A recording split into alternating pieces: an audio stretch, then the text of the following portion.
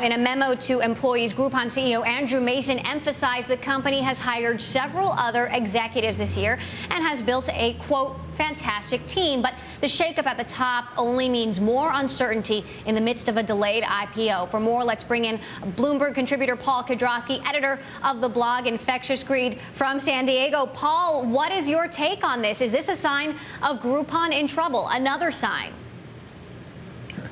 Yeah, another sign is probably the best way to put it. I was trying to think earlier, what this reminded me of, because it really reminded me of something. It just didn't click for a minute. And I finally figured out is that, Groupon COOs are like Spinal Tap drummers. They just we have them, and suddenly, oh, what happened to the last one? Oh, he exploded. He disappeared. We don't know what happened to the last one. They just keep mowing through them.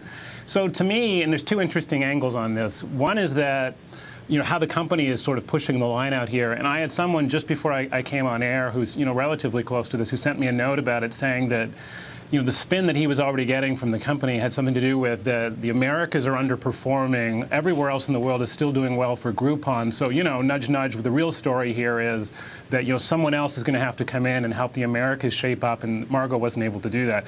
I think that's a very opportunistic interpretation. Obviously, my take on this is much closer to the one that sort of came up earlier in Corey's conversation, which is that this is a highly dysfunctional organization, an extremely difficult place to work, and we had a very competent executive brought in from Google who realized that in short order and said, you know what, no mas, I'm out. I'm not going to be the next exploding Spinal Tap drummer.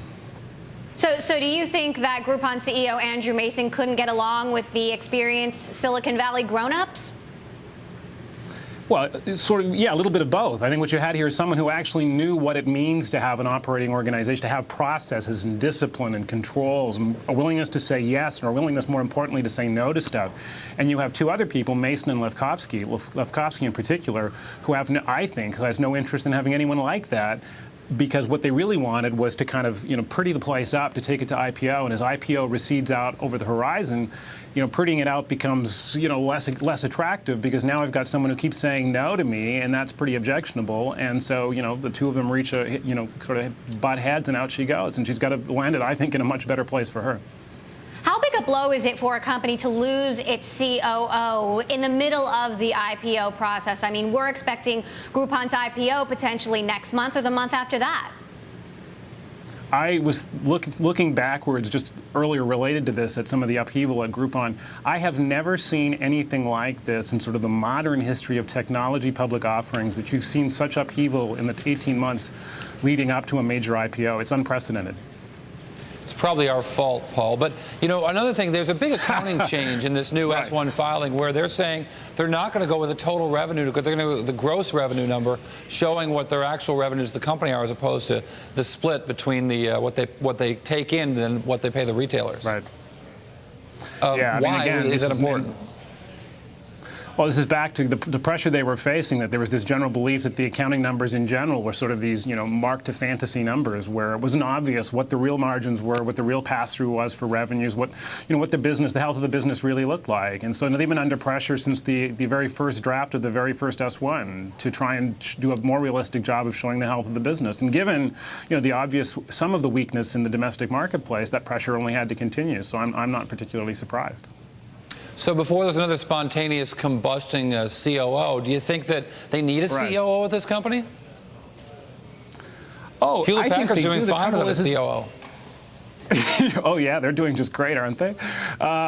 They need something. What they really need is the Eric Schmidt, right? This is really what they needed. They needed someone to come in as the CEO with the purported visionary founder, and let's leave Lefkowsky aside for a second. The trouble is that story of the management of Groupon has never actually been true. There never really was a position there where you could bring in sort of pseudo-adult leadership and merely take the company public. What you had was a very strong-willed chairman who knew exactly what he wants to get out of this company, and Mason, who has his vision of where he wants to take things, and neither one wants to get out of the way Page and Brin did back in the days of Google. So that was a great narrative. It just never was true. Now, Paul, I want to talk to you about another even bigger executive shakeup at HP. Meg Whitman, now CEO there, Ray Lane promoted to executive chairman. You say this is just going to continue HP's death spiral. Why are you not at all a fan of this move? Well, it was in part because of the baffling statements out of the company right after the move was made. Leaving aside how incredibly demoralizing all of these sort of rapid-fire changes are at yet another, supposedly high-profile company, the comments right afterwards from Whitman that, you know what, we're just going to maintain the course, no big changes from the strategies that my predecessor had in place. I mean, holy smokes. Do you think we're nuts? Are you nuts? I mean, how does this work that we bring you in, or so you were brought in by the board to, do something to bring value back and bring some recognition of value back among shareholders to this organization, and you're going to continue the strategies that your predecessor had in place? The right thing to say was, we're an organization in crisis, and I don't want to, you don't want to spook shareholders, you don't want to spook employees, you don't want either one of them running out the door. And that's fine, but you can still say that, you know what, we're going to look over very carefully some of the things that have seemed to have given shareholders, a case of sort of the jumps and the nerves, and we're going to look over all those moves very carefully and do what we can to make sure that people see the value that we see in the company. But to say we're going to maintain strategies is just loopy. It's are you not paying attention? Do you think we're not paying attention? What's going on here? And you have to wonder if there's a broader issue with the board. Ray Lane, in response to criticism of the board, said yesterday, I don't think we ought to be going back in history. This board did not select Leo. This is not the board that fired Mark Hurd. And yet you have Tom Perkins, a former HP board member, telling the New York Times it's got to be the worst board in the history of business. Does this board need a shakeup, Paul? Oh, absolutely. I mean, and we talked about this a week or so ago. I mean, and goes right to even, again, another visionary founder story. There's a whole narrative about the role of people like even Jerry Yang on that board that I think we should just throw out and ask ourselves why any of these people are on this board, given the incredible flux in what's happening and given, what shareholders are saying about the changing value that they see in the organization. So I think it has to go to the board at this point. Well, the thing I love most, by the way, and it's worth having a look at if you ever get a chance to, is go up on Twitter. It's apparent someone's created a fake HP board Twitter account, which is absolutely hilarious, mostly about, comparing the size of their respective private jets, which sounds about right to me. Paul, do you think they should bag the autonomy deal? Oh, I do, absolutely. I mean, I think there's a great example of how that was a Hail Mary, an absolute Hail Mary to say, you know what, we're seeing this contraction in our existing businesses, whether it's personal computers or instrumentation.